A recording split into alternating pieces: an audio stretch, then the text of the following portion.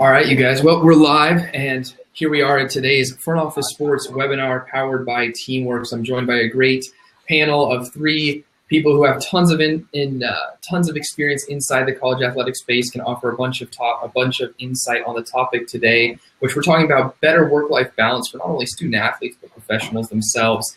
So joining me today is David Caporaletti from Penn State, the Director of Operations for the men's basketball team. We have Julie Carlson, Director of Operations for Clemson women's soccer. And we have Brian Davis, who is a Senior Enterprise Account Exec at Teamworks, who spent a bulk of his career in the college athletics space. We're going to start this by letting them introduce themselves. Then we'll jump into some questions. Engage with us. If you want to ask some questions or if you have some thoughts, feel free to shoot over into the chat or into the questions side on your right-hand side, and we'll go from there. But I'm going to kick it off with David and let David introduce himself. Yes, my name is Dave Caporaletti with Penn State men's basketball. My road to where I am today is I started out right out of college in the sales world, selling copiers, pharmaceuticals, things like that. And then I started my own small business for about 10 years. And then I wanted to follow my passion, which was college basketball, and wanted to be involved in that. So I was fortunate enough to get a job with Rolly Massimino. Many of you may know him as the Villanova coach in 1985. I got to work with him for a year. And then my old college coach, Herb McGee. And then I've been with Coach Chambers for the last 10 years. Started out at BU, and now we're here at Penn State. So that's kind of my road to where I am today. Awesome. Thanks, David. And Julie, yourself? Sure. Hi, I'm Julie Carlson. I'm the Director of Operations here at Clemson women's soccer. I came straight out of college as a student athlete and got my first coaching position at Miami of Ohio.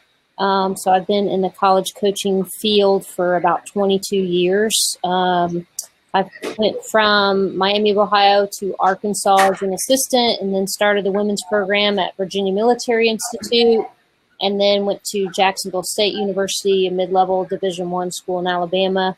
And then my husband and I relocated to Clemson, where I was very fortunate enough to have a relationship with Eddie Redwanski here at Clemson, and he brought me on staff as a volunteer coach. And then this position opened up, so I had an opportunity to work full-time in the ACC, so I couldn't really pass that up. So that's been my pathway through college athletics. Amazing. And Brian, yourself? Yeah, I actually come at this subject from really two different perspectives. I spent 32 years in the athletic academic support space, my alma mater, Iowa State, when I was a graduate student, then 14 years at the University of North Carolina, Chapel Hill, and 16 at the University of Texas, where I served as Associate AD for academics and actually purchased Teamworks for the football team initially in 2012. Opportunity came up about 3 years ago to change careers after 3 decades, and really enjoy working at Teamworks. Love what we're doing, love the growth, love the support, because like my first profession, my first career, at the end of the day, what we do is engage with and empower student athletes, and that's been my passion. I just come at it from a much different perspective now. Awesome. Amazing. Well, again, appreciate you guys joining us and spending some time with us, Brian, or excuse me, David. I know you're on the road, and Brian, yourself as well, joining us from the lounge in Washington. So again, really appreciate you guys joining us. But I do want to jump in and kind of just talk about how technology has changed the way you guys do your job, like I'm assuming, right? So, especially David, with someone who spent the last, 15 plus years in this profession, right? You're looking at, you probably went from calling people by hand to now being able to send them messages and things like that. For student athletes, for you too, what has that done just to make it better for you to be a manager and better for them to be a student athlete? Well, for us, it's all about getting them the information, the schedules, the things that they need quickly and on time, and then us also being able to plan it out, not only, for today, tomorrow, for the week, the month, it's almost the whole year. With time management now, with the NCAA, we have to plan out, 9 months, pretty much our whole season. Can deviate from that a little bit, but not much. So it's changed dramatically, where we used to just maybe, give them a piece of paper with the schedule on it for the week, to sending them an email with the schedule on it for a week and maybe a text message. Now, fortunately with Teamworks, they all have a calendar. They can all see each other's calendar. They know where they're supposed to be, whether it's for basketball, for academics, for community service, anything of that nature. It's all right there for not only myself to see their schedules, but for themselves to keep themselves organized. So they're not double booking. They're not forgetting to go to a tutor when they're supposed to go to a tutor. So the technology has definitely made not only my job, but, made their life a lot easier and a lot more organized. And for you, is that, have you seen a change in them too? I would assume you've probably just an overall like happiness and them not feeling as stressed, right? Is that something that you've noticed? Absolutely. Absolutely. Sometimes when something isn't on their schedule, the first thing they say is, well, it wasn't on my teamwork. So it's worked out dramatically for both parties, for our student athletes and myself. It's made our life a lot easier. And you can get changes to them a lot quickly, a lot more efficiently. You could send them all a group text message. So it just makes it a lot more organized and efficient for both student athlete as well as staff. Because the staff had the same issues about getting the information quickly. So you're not up until midnight sending emails. No. And you can schedule things to go out through teamwork. So I could do something in the morning and say, all right, I need them to know this at 6 p.m. and it goes out to them at 6 p.m. Whereas, 6 years ago, that wasn't the case. You'd have to stay up and, like you said, and wait to send the messages. Yeah. And Julie, similar for you, I'm sure, obviously you mentioned you've been quite the gamut of different schools, Jacksonville State, now you're at Clemson, ACC powerhouse. What has that been like? What have you seen kind of what the student athletes have wanted, and especially in this connected device era, right? I'm sure it's really helped you. Yes, definitely. I mean, you're managing small businesses, so you're managing a multitude of people. College athletes are people, and so you're having to help them manage the structure of their schedule, as crazy as it is when you're dealing with class, weights, sports psychology meetings, team dinners. And so, TeamWorks has allowed us to be establish an infrastructure to help manage everyone, and also kind of keep a thumbprint on making sure we're being accountable for not overdoing their schedule as well. And I think, resources obviously as a big piece to that, because coming from a different magnitude of colleges that I've come from, the resource piece, the financial piece to be able to utilize that kind of software. Some of your smaller programs are still working off of a GroupMe app and, with Division II. And I think one thing is if you're at a big Power 5 school and you have those resources and you go to a smaller school, you can learn how to kind of improvise. You got to get creative. But it's definitely helped us from just the standpoint of just managing people. I mean, you're managing a business and you have to be able to communicate with them effectively and efficiently now because their schedules are so busy. What do you find to be the most helpful part of that? Like, what have they told you? What have you found personally that's been nice and that's almost like a load off? What is it that you've been able to kind of do that's different than you would have done in the past? I think the best thing about it has been like everything is in one component. You don't have a multitude of components where I go here to find their class schedule, or I have to go here to find out when training is, you have everything kind of lumped into one component that makes it efficient to find and easy to find. And then you can get the communication piece out through a text message through the software, and everything is in one component, which I think makes it efficient for us to use. Definitely. Yeah. And Brian is someone who comes from the college athletic side, obviously now on the tech side, and I'm sure you were having people who were talking to you as student athletes, like confiding in you what was wrong, what was going on, what they were struggling with. What did you kind of take away from that, and how have you, as someone in your role now, been able to kind of just say, like, okay, I know what the student athletes want, and this is what they want? Well, exactly. There are a couple of ways to look at it. In my former life, a lot of student athletes would come to me and they'd say, I know I have things to do today. I just don't know exactly what it is, where it is, and at what time, and how do I plan the rest of my day? And I used to refer to competing priorities all the time. When I was in the academic space, I wanted to really do a great job of deliver support to the individual student athlete, because they're all their own little unique snowflake. You have different needs for each different student. They have different skill sets and different interests. And my friends in the training room are trying to do the same thing from the sports medicine side. My friends in the strength and conditioning area are trying to do the same thing. And we find ourselves competing against one another for the time and the energy and the focus of the student athlete.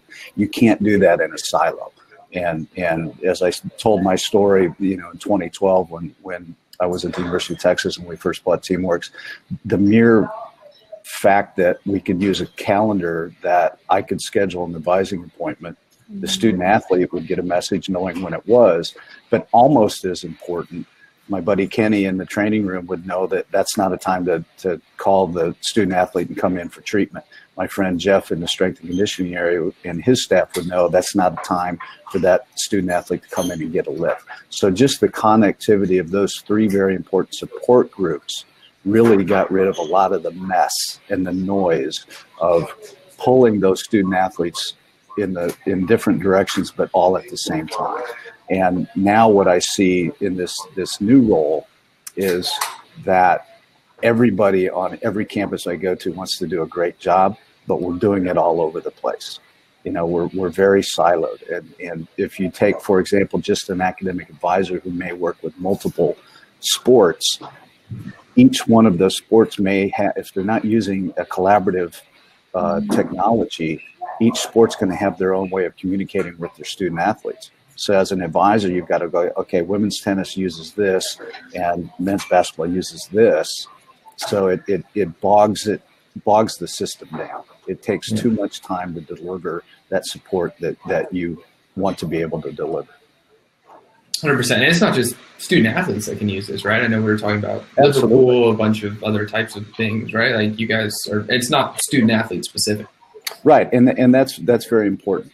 It's a very important distinction. What it allows every staff member, every coach, everyone within a department, and to some extent those external constituents to be on the same page. The ability for the facilities and events staff to have a dynamic calendar that coaches can refer to see if a facility is available without having to make 20 different phone calls, sending an email and waiting for a response, to have it all right there in real time ties everybody together. So if you can imagine those different silos in a circle, we're the connection of all of those silos, and it keeps everybody on the same page. 100%.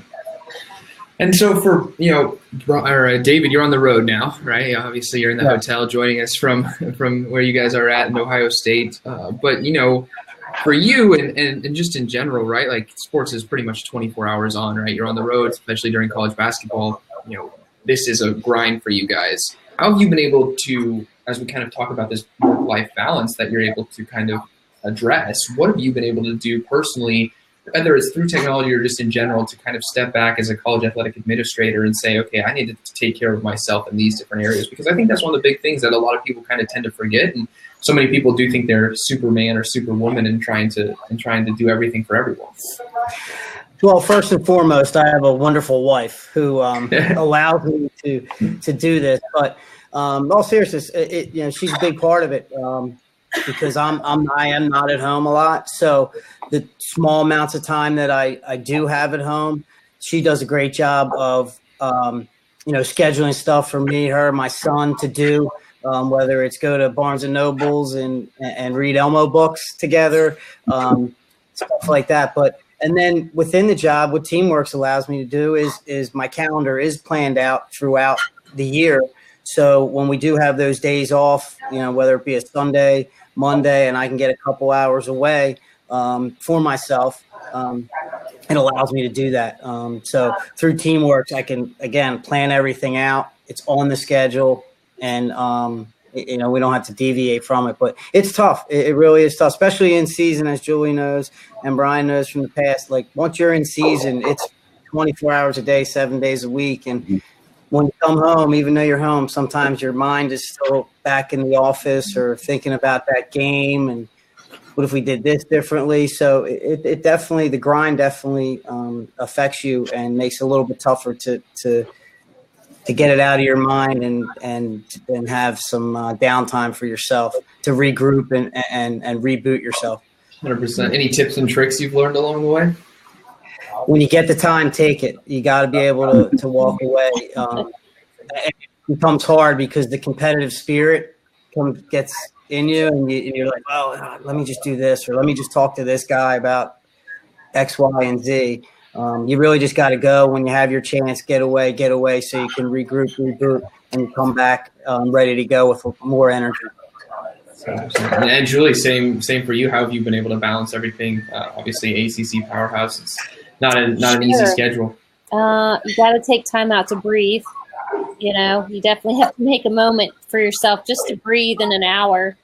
Because a lot of times you're sitting. And so you just have to get up and walk away. It's like Clemson wanted to buy me a printer for my office. I said, I don't want a printer for my office. I want to walk down the hall to the printer.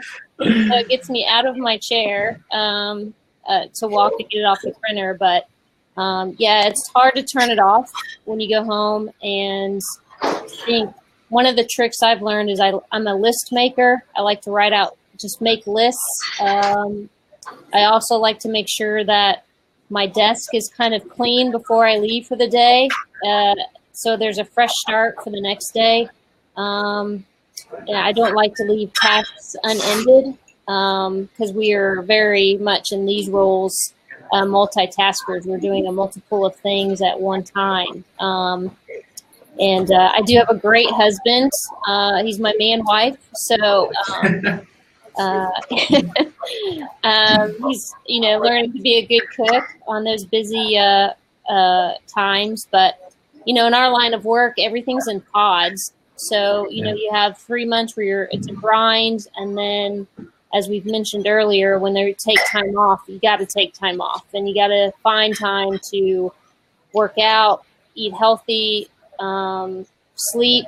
Sleep's huge. We encourage it for our athletes, and we have to take our own advice. So I think, because we're role models for them. So at the end of the day, they see us taking care of ourselves. They're going to kind of see it in return and make the same investment. So, but it is a very hectic lifestyle. And like sometimes you just got to sit back and breathe and just listen and not do all the talking. So. Yeah, definitely. Well, it's good that you have your husband helping you out on the cooking side. Your man wife, is that what you said? Yeah. He's becoming a good cleaner and take out the trash and all that fun stuff during those times of the year. So amazing. Yeah, that's great. And for Brian yourself, is huge. Yeah, and for Brian yourself, I know you mentioned, because you were talking about the transition, right, from college athletic administrator to having your weekends and what that meant. For you, in I guess terms of that work-life balance when you were in the grind, and even now outside, Sure. What was that you found that worked well for you, or that even worked well for your staff and your student athletes? Well, Cap kind of hit the nail on the head. When you have the time, you have to use it, and you have to almost be religious about it. The thing about academic support is in today's schedule, today's calendar, it's 365 days a year. With academics, there is no off season. And I used to work 7 days a week from the 1st of August to the end of March because I was involved in a lot of recruiting things in addition to the academic support delivery. So I think you have to be, as Cap said, you have to be very mindful of what you're doing when you do have that time, and you have to be very attentive. I've got a great wife who's a professional herself as a speech therapist, but we raised 4 sons, and they all have very unique artistic qualities, and I think it has a lot to do with the fact that when I was at home, I didn't bring the office with me. Now, I had my phone on, and if a coach called, if a student athlete called, if somebody called, you addressed it, but you didn't make it part of the family dynamic. And I've got a 26-year-old son who's has a BFA in cartoon. He's a comic book artist. His twin brother is an actor who's actually in LA. He's an esports play-by-play announcer because he has a trained voice and can talk really fast. And it's a brand new world there. And I have a almost 21-year-old son in Austin, Texas, who's a musician and went to Berklee College of Music, and then a 18-year-old who's a freshman. He's not sure what he's doing, but like all freshmen. But the point is, when I would get home, I wouldn't necessarily turn on sports. We would do a lot of things outside of that part of my life, and I wanted to make sure that was a clear distinction. I think what we're really talking about here is trying to find ways to give as much time back, not to just the staff, but to the student athletes. And when you can be more organized and work more collaboratively, you can think of that white space on a calendar, right? All those other times are blocked, and you've got, where's the white space? Where's some downtime? When can I walk down to that copier and spend a little extra time talking to some of my colleagues that I don't necessarily need to talk to or get to talk to that often? It's just really important to be able to do that. For teams that travel a lot, like right now with men's basketball, I think it's really important that even when they're on the road, find some downtime away from the grind. We have a tremendous expectation of our kids, our student athletes. They're expected to do everything perfectly. And that's a lot of stress. And we have to be mindful of making sure that the professionals within our athletic department are allowed to help the student athletes decompress and find a way to get rid of that stress and just take a deep breath every once in a while, because they're going to end up performing better both in the classroom and on the court or on the field. 100%. Now you guys have all had the opportunity to work with student athletes. You've been able to interact with probably hundreds, if not thousands. For you, what's been the best part about it? Whether it's they come back, they go pro, they come back, they say hello. What for you has been the best part about working with student athletes, and how have you just been able to kind of take that from job to job? And I'll open that up for anyone. I'll take that first. No, go ahead, Cap. I'll defer to you. I was just going to say, thank you. I was just going to say, just watching them grow. I mean, they come in as freshmen, for us, they come in as, young men, and then they graduate and they go through all the ups and downs, socially, athletically, and to watch them, get their degrees and graduate and become men and go out and live out their dreams. To watch a Tim Frazier come in, he wants to be an NBA basketball player. He blows his Achilles his start of his junior year. We get to, our senior year, we get to redshirt him. He, worked really hard, comes back, graduates with 2 degrees, ends up, working really hard in the G League, and now he's living out his dream. He's been playing in the NBA for 4 years. Or a DJ Newble, who's an inner city kid who never thought he'd be able to go to college and get a degree. And not only did he do that, now he's got a great professional career over in Europe. So just watching all these kids, come in, with, not mature, thinking they know everything, to when they graduate saying, oh man, all that stuff you told me when I was a sophomore or freshman and sophomore, you were right. It's just great to watch them live out their dreams and start their new chapter of their life when they graduate.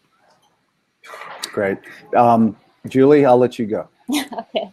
I think a lot of it's watching the relationships develop with them and with each other as they mature into adulthood. Especially obviously I'm working with young women, but just watching the natural progression of evolution go from just them learning the importance of small detail and how they implement small detail in their careers as students, in life, and in their development as an athlete. Because it's funny because you go back and you watch them on Facebook and you see where they were before and you see where they are now, and they're having babies and graduating and in medical school, and you were there at the beginning of the foundation when they first came in, and the foundation that they've built on. I think that's one of the amazing things to watch that transition occur. And then the memories you make with them is an amazing experience. When you see them, conquer failure, and deal with fear, and all the things that you face in the competitive world, and watching them overcome a lot of those things is amazing to watch and be a part of that. No question. And, you know, I got to a point after 3 decades where I wasn't sure that what I was doing had an impact. And it's not why I left the profession, but I have had the pleasure in the last year to go to 2 different events celebrating the former head coach I worked with being inducted in the National Football Foundation Hall of Fame. And when I was at the University of Texas, seeing all those former students come back for that celebration, it dawned on me. Actually, it didn't dawn on me. I was hit over the head by it, that I had all these former football student athletes coming up and hugging me and thanking them. And these sometimes were guys that were a handful. And they were all bragging about their own kids getting straight A's. One of them, I remember telling him, I said, dude, you couldn't rub 2 A's together when you were in college, but I'm glad something stuck with you. And it really gave me a chance to kind of sit back and look at the impact that everybody has on the student athletes on our campuses. And it's not necessarily about winning a championship. It's about, touching something in their lives that has an impact that they carry with them once they leave. And there are a lot of issues that everyone deals with to help student athletes transition from being an athlete to something else. And if they are a student athlete and become a professional athlete, there's still going to be a transition. And I think we have to be very mindful of how we communicate with them, how we address their needs. And when you see that growth, as both Cap and Julie mentioned, that's what you're really in this for. Nobody's in this to get rich. You're doing this because it's just part of your personality. And hopefully the people that are taking part in watching this webinar can understand and feel and appreciate for themselves the impact that they can have and are having on student athletes. Yeah, you're investing in the future of society. No question. Yeah. No question. Definitely. And now you guys mentioned how you guys are able to step away and how you guys are able to make some balance in your life. But for you, how are you, beyond probably giving them the tips that you have, your student athletes besides sleep? Like, what are you telling them to say, hey, look, like, you guys need to take away, or you guys, the 3 months that we have off training, like, go and do something differently? What does that look like for you guys, especially on the off side? And then too, Brian, maybe when you were at Texas and the other stops along the way, what were you guys doing to make sure that these student athletes weren't getting burnt out in an era where burnout just happens because you have your phone on you 24/7? Well, there's kind of this notion in our society, maybe even in our athletic culture, that you have to constantly be grinding. You have to constantly be working. It's like there's no downtime. And I think we've all learned from watching different approaches to training, different approaches to requiring our student athletes to be at so many places at the same time or do so many things back to back to back. I think that the athletic culture, the collegiate model, is changing to where we are, again, more mindful of those things and the importance, as Julie said, of sleep. It used to be, hey, we never talked about sleep. When I was an athlete at Iowa State, we never talked about sleep. I mean, it just never came up. You just assumed you slept, but we didn't know. And I think part of that is technology driven. There are technologies out there, and there are, certainly components of research going on that are telling us that we don't need to overdo the things that, we're requiring of our student athletes. Student athlete welfare is a very important topic right now. Mental health in the student athlete community, and really the athletic community, if we want to carry it a step further, is very, very important. And it's something that we all have to sit back and say, you know what? There's a reason the 20-hour rule was put into the NCAA rulebook decades ago. Now, at least at the Power 5, autonomous conference level, and we have time management. Let's take a step back and see, what are we asking these student athletes to do? Every time we add a new service, that's also a new requirement for our student athletes. 25 years ago, we didn't talk a lot about life skills or community service, and we want them to do it. We know it's important, but that's more time. So what are we going to cut back on when we're going to ask them to do those things? It's something that administrators have to think about. And when the administrators can look at, let's say, a dynamic calendar of everything the student athlete's doing, that may be an aha moment for them. That may be a time when they go, man, we really do ask a lot of these kids. And when are they going to have time to themselves? And so I think we're on the right track in that conversation, and I know it's going to continue at the highest level. And for you guys, the same. I mean, I'm sure you have a different perspective since you're, in it and on the operations side on a day-to-day basis. Go ahead, Jules. Okay. Yeah, I think sometimes you just got to take them out of their normal environment. Like, we're real big here on Clemson on community service. We have a intelligence needs Clemson Life program here, and Habitat for Humanity. So we're always trying to take the team just kind of out of the world of athletics and do some things within the community to, embrace the community, humble them, put them out as a service to our area so they can just interact with other people other than athletics. We find out even here when they intermix with regular college students, they don't have friends that are regular college students. Mm-hmm. And so we try to encourage them to be involved in other things outside of athletics so they can just, feel the normalcy of being a regular college student. And I think that's always been one of the challenges is that their schedules are so regimented at times that they tend to lose sight of just, hey, can I go have a cup of coffee with my friends? And so we really try to encourage them to, hey, go have a cup of coffee. Don't just sleep in on a Saturday. Go, whether it's go to church or, get involved with some other activity on campus. And that's why we do a lot of community service to try to get them reaching out to other areas within what we do here, because we have a big team leadership development in our student athlete welfare area that they'd engage the kids a lot to do other things outside of the athletic world. And I think that's been very healthy for our student athletes, being more involved in that, whether we have a scout day where we bring all the scouts in and they do different clinics and they show them skill sets within their own sport. So it's just, I think that kind of gets them out of that athletic piece, but then they get to use their athletic skill sets that they know to engage in those folks. And so I think that's really important as a community service piece for student athletes. Yeah, the community service piece really kind of de-stresses the students. Yeah. The student athletes. It really puts them, you mentioned that it humbles them. It also makes them feel pretty good about what they do because they see the impact they have, particularly on kids, whether it's, and I wouldn't say just for kids. I mean, I know of teams of departments where they'll go to maybe a nursing home and spend some time with the elderly. It doesn't matter. Getting in the community is really important, both from a humility standpoint and as a de-stressor.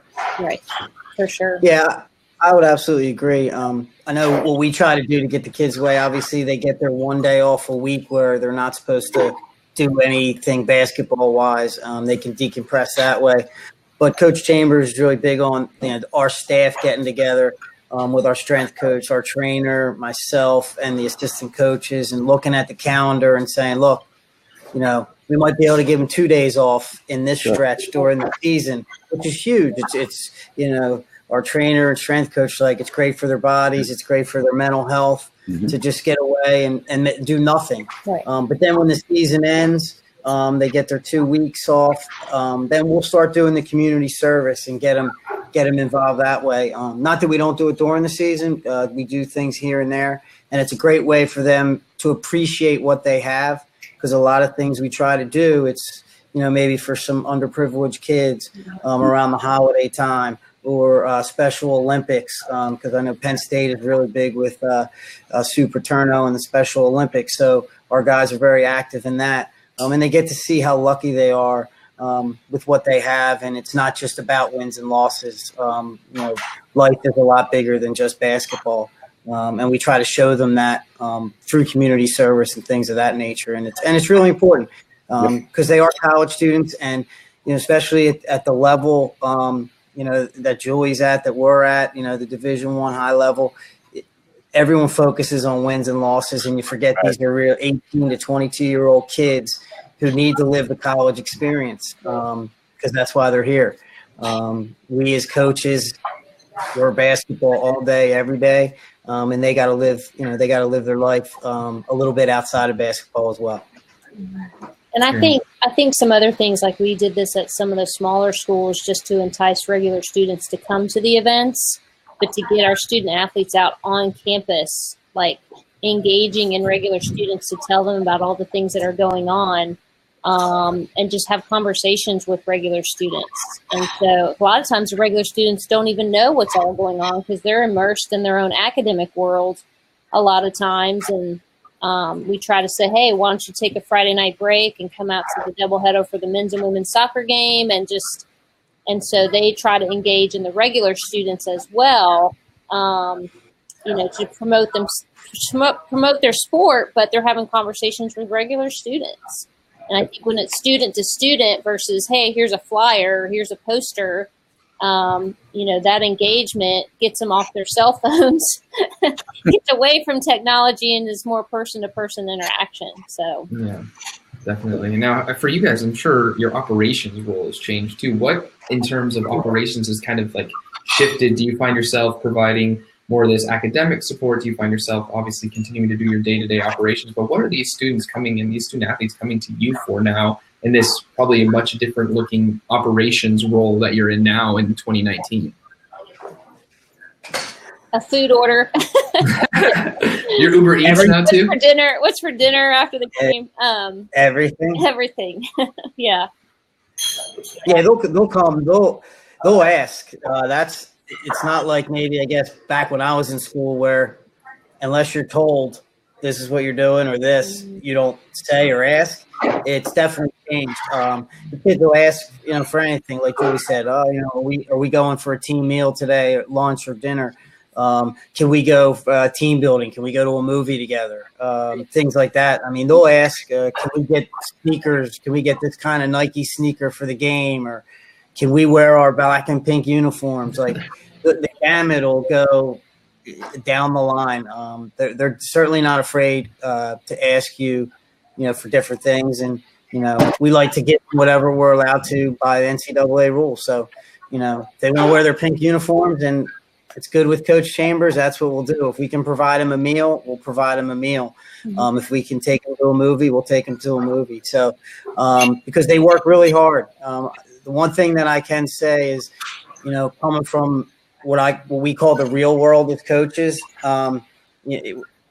into this world, the athletic world, people have no idea how hard these kids work. Unless you're in this world, because I used to be the person that said, they get a scholarship, they don't need this, they don't need that. Well, I've changed.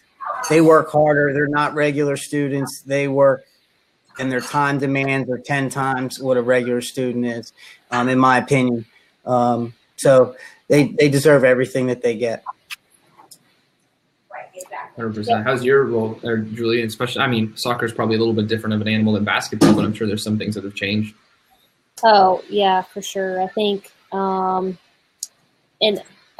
of it too is as an operations person, and being a female, in a female sport, I'm kind of an open door policy. So, I could get a lot of things coming through this door, in different areas. A lot of times what I tend to do if they're here just asking me a multitude of questions, it's like, well, I give them a task and I present them with a task to go back to the team, to engage the team and kind of get them to be more collaborative.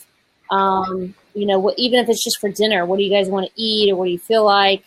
And get them talking to each other, and might help me make my decision a little bit easier because I'm giving them what they want and everybody's kind of settles into that, versus just necessarily like, here, this is what you're going to get. Because, these kids now are so like, they've had so many food options growing up. They've had so many hotel options growing up. They have so many options of everything. There's always going to be that question of, well, what are we doing? What are we doing? And sometimes I don't even tell them. I don't let them decide. I just do it because then they don't have to think. Yeah. So there's times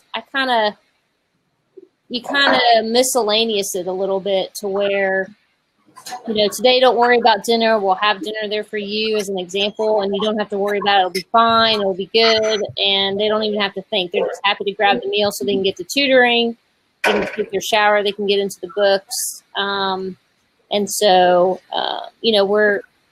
the transition's been they've had to fend for themselves. I remember as a student athlete, I didn't have all of those resources. We didn't, we had to go eat. We had a shower. We were kind of always having to fend for ourselves. And now we're trying to make this luxurious opportunity for them to say, hey, we want them in the books. They can't miss a tutoring appointment. There's so much more accountability. And we're just trying to make their life a little bit less stressful.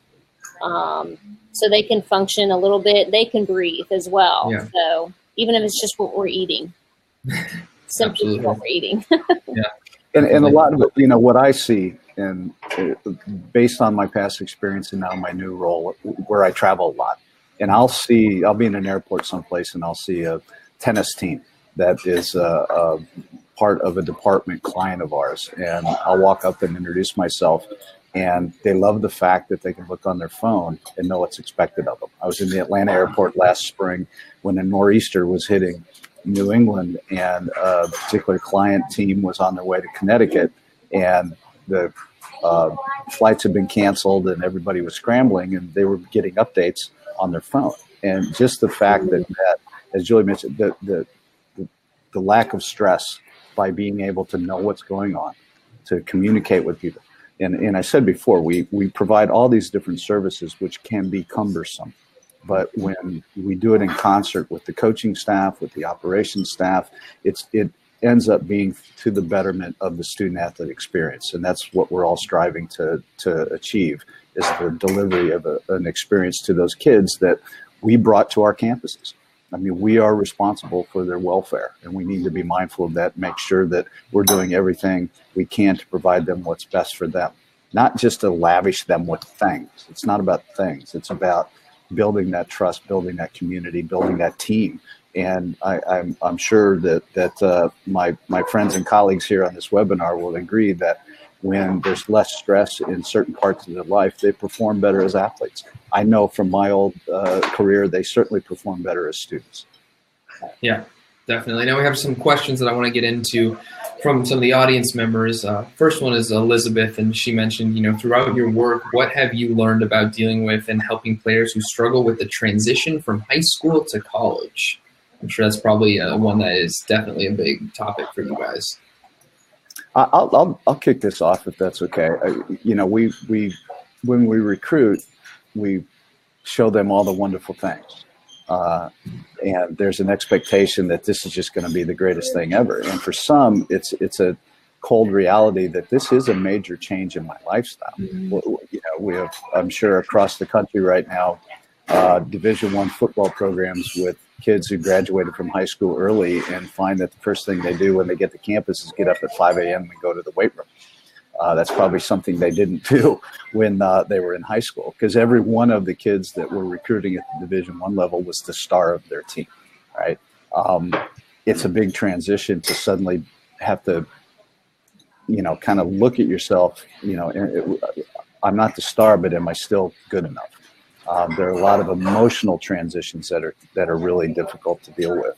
And I think, again, that's why it's important to have ops people collaborate with sports medicine, who collaborates with academics, who collaborates with strength and conditioning, with our nutritionists, with a sports psychologist, whomever we have on staff to support these kids. That needs to be done really in concert with one another, because that transition is very serious for some. I can imagine. Definitely.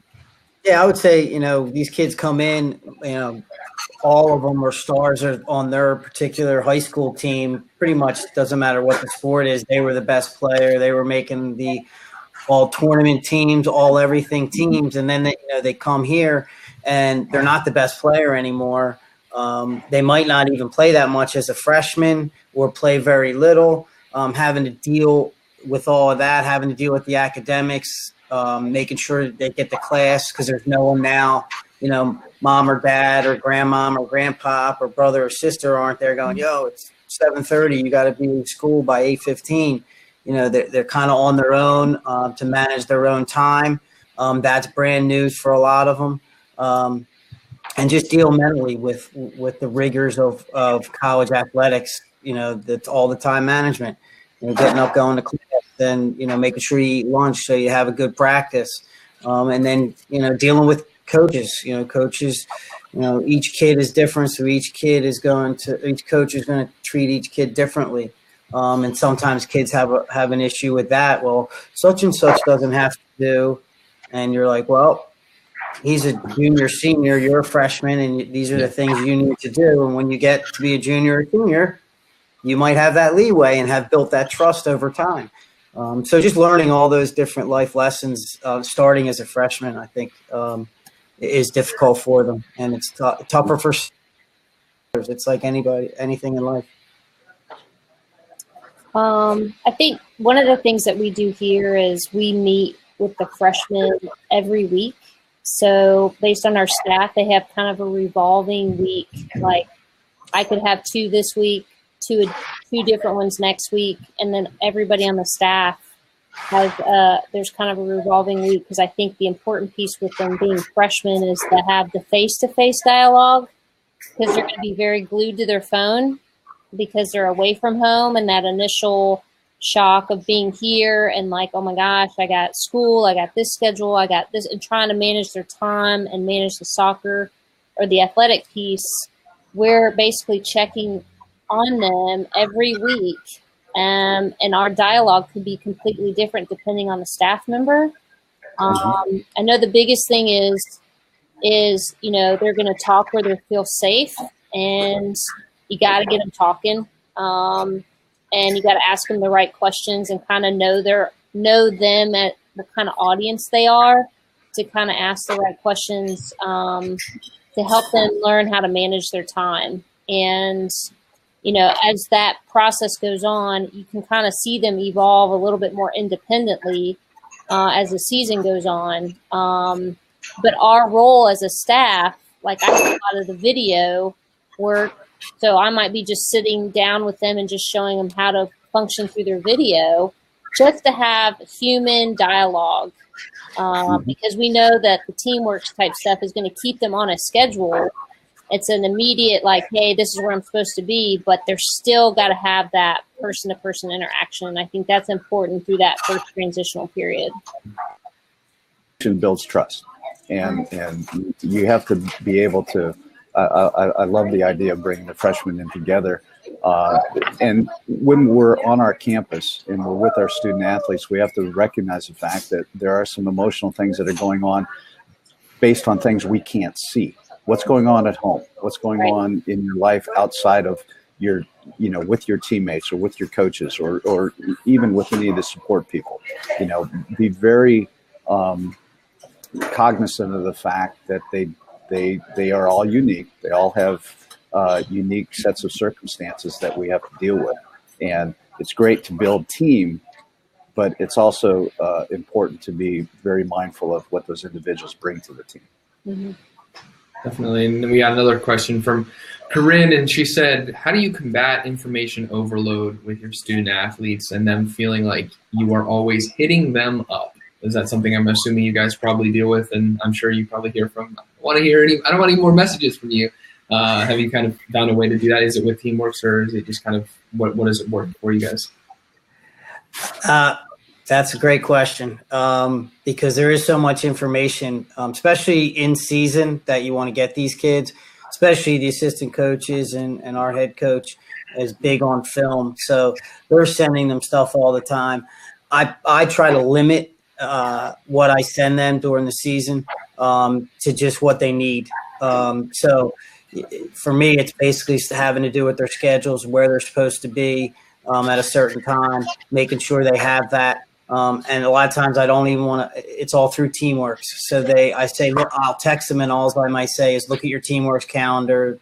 There's a change or there's something on there, and then they're responsible. They go on and they see what the schedule's like. But yeah, I try to limit it, especially in season, because they're getting so much information from the coaches and scouting reports and things of that nature that they have to study, plus their academics.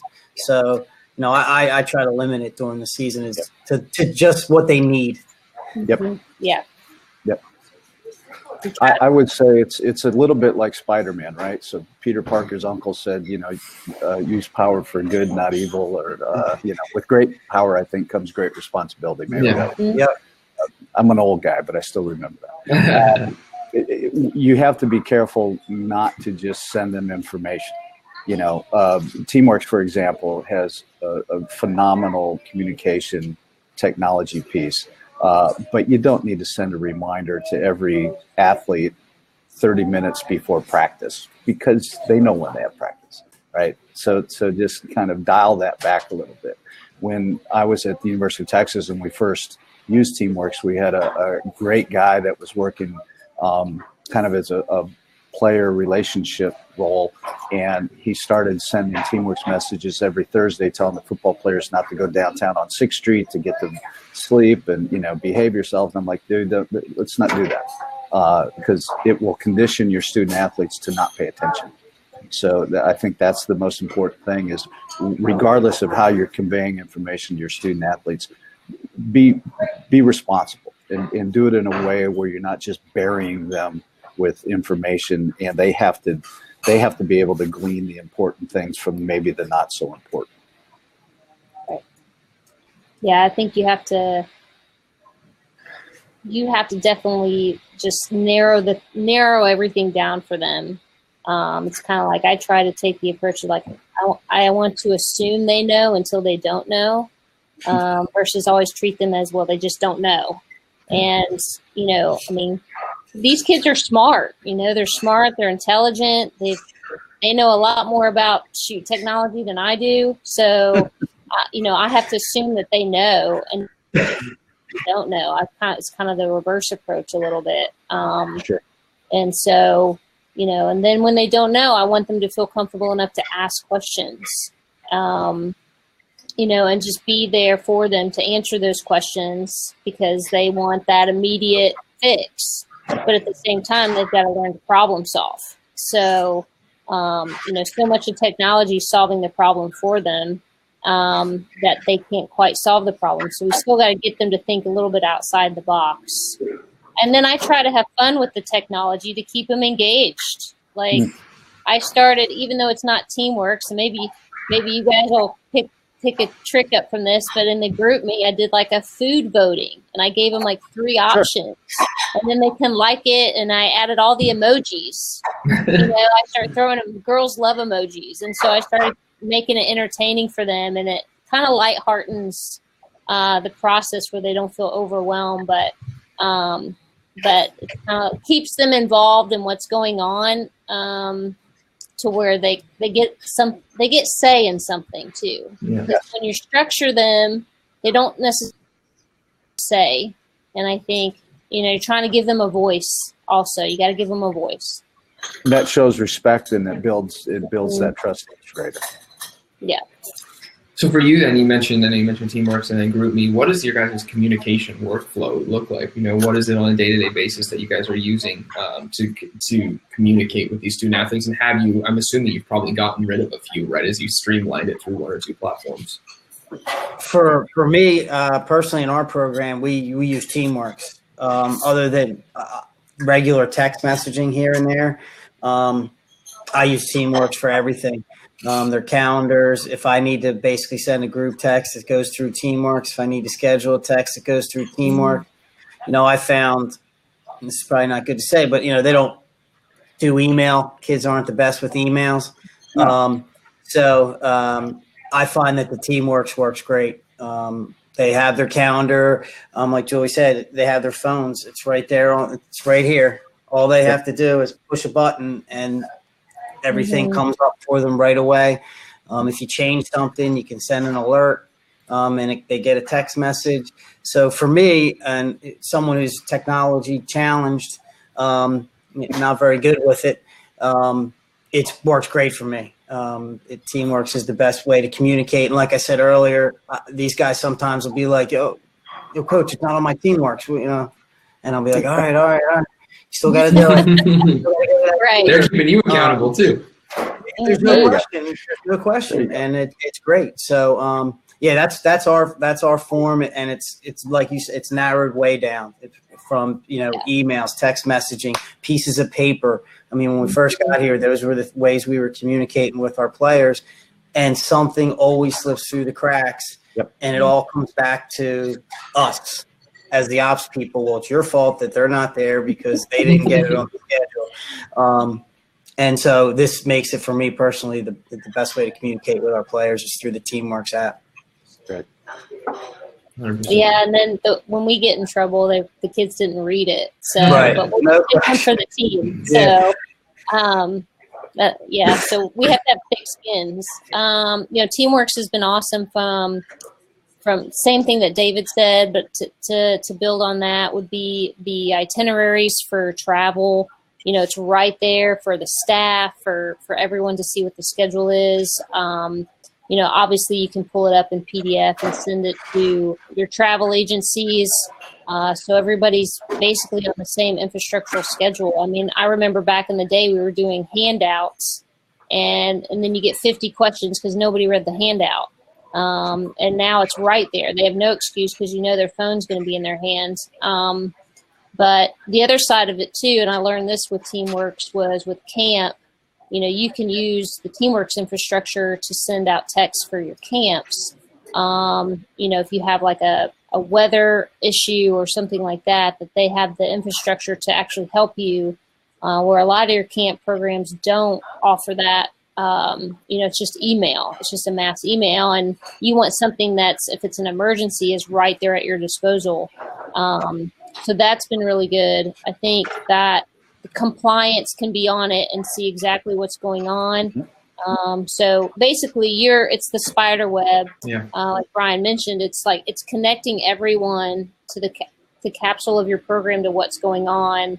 And if they're not utilizing it or not engaged in it, then it's, their failure to not be engaged in it. So, every now and then we're going to have the human error and we're going to hiccup and there's going to be something off. But, Teamworks has just been a good engine of communication for us in several of our programs here at Clemson.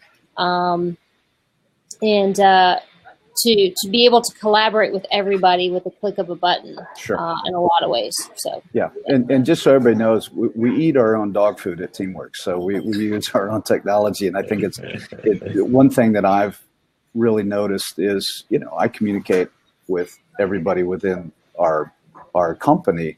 I also have other people I communicate with. So if my wife sends me a text, it's going to be an SMS text and it's going to be a little push notification in that message box. But when I get a Teamworks push notification, I know it's business. I know it's serious.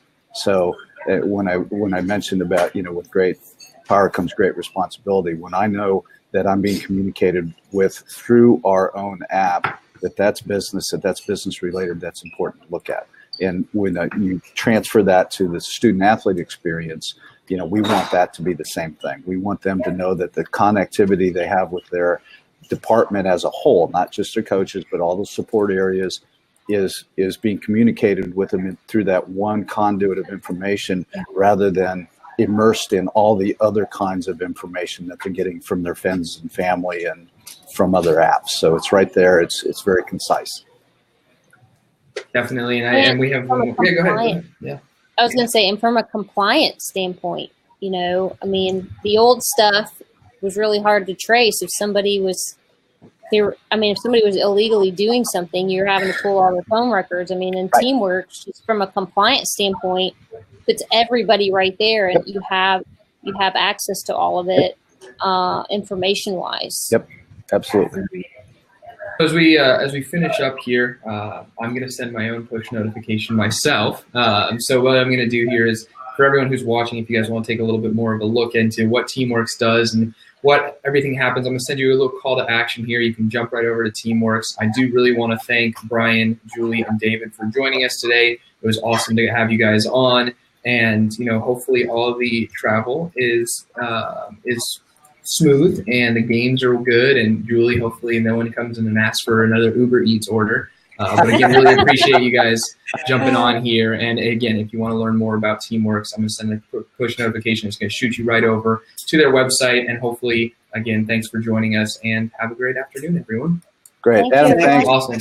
Cap, Julie, Yeah, good of to course. see you. Take care. Bye. Bye. Take care.